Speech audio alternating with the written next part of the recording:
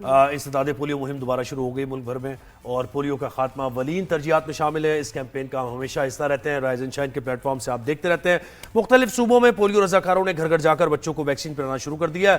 وزیر اعظم کی focal person برائے انسداد پولیو عائشہ رضا فاروق نے ملک سے پولیو کے خاتمے کے لیے حکومت پاکستان کے غیر متزلزل عزم کا اعادہ کرتے ہوئے انہوں نے قومی انسداد پولیو مہم کے دوران 5 سال سے کم عمر کے 4,50,00,000 سے زائد بچوں کو پولیو سے بچاؤ کے قطرے پلائے جائیں گے، انہوں نے یہ بتایا ہے۔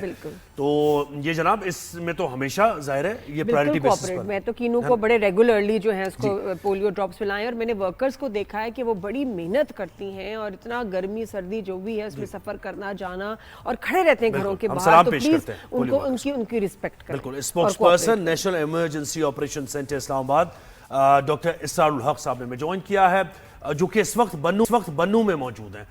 ڈاکٹر اسرار الحق صاحب گڈ مارننگ، بہت شکریہ آپ نے ہمیں وقت دیا۔ سر یہ کہیے گا یہ جو اب مہم کا آغاز کیا گیا ہے، اور پہلا سوال میں وہیں سے کرتا ہوں جہاں آپ بیٹھے ہوئے ہیں اس وقت، وہ ٹربلڈ ایریاز ہیں، بنو کا علاقہ ہو، اب کنٹری سائیڈ وہاں ریزسٹ کرتے ہیں لوگ، تو اس وقت کیا صورتحال ہے، کیا حکمت عملی ہے؟ بسم اللہ الرحمن الرحیم۔ Thank you so very much جی، اور میں 365 نیوز کا بہت شکر گزار ہوں کہ آپ ریگولرلی جس طرح آپ نے کہا کہ اس آواز کو بلند کرتے رہتے ہیں، اس قوم کی آواز کو جس کے لیے ہم ایک صحت مند معاشرے کے لیے ہم تگ و دو کر رہے ہیں، اس کے لیے آپ لوگوں کی کنٹریبیوشنز بہت زیادہ، میں بذات خود ایز اے ڈاکٹر بھی ستاتا رہتا ہوں، اور ہمارا پولیو پروگرام بھی آپ کا بڑا مشکور ہے۔